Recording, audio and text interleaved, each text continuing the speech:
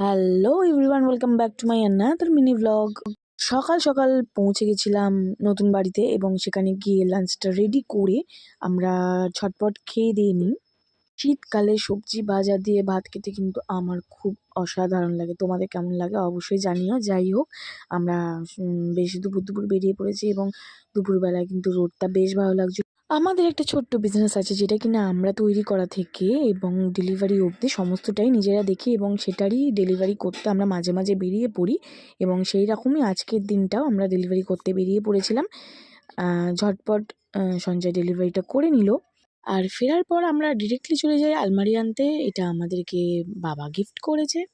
আলমারিটার লুকটা আমি পরে কোনো ব্লগে শেয়ার করব। ও হ্যাঁ, এই কথাটা তো শেয়ার করতেই ভুলে গেছি যে আসার সময় আমি এই নার্সারিটায় ভিজিট করেছিলাম, যেটা সামনেই ছিল। তো এখান থেকে এই গাছটা আমি পারচেস করি, কিন্তু নাম জিজ্ঞাসা করতে ভুলে গেছি। তোমরা কেউ জানলে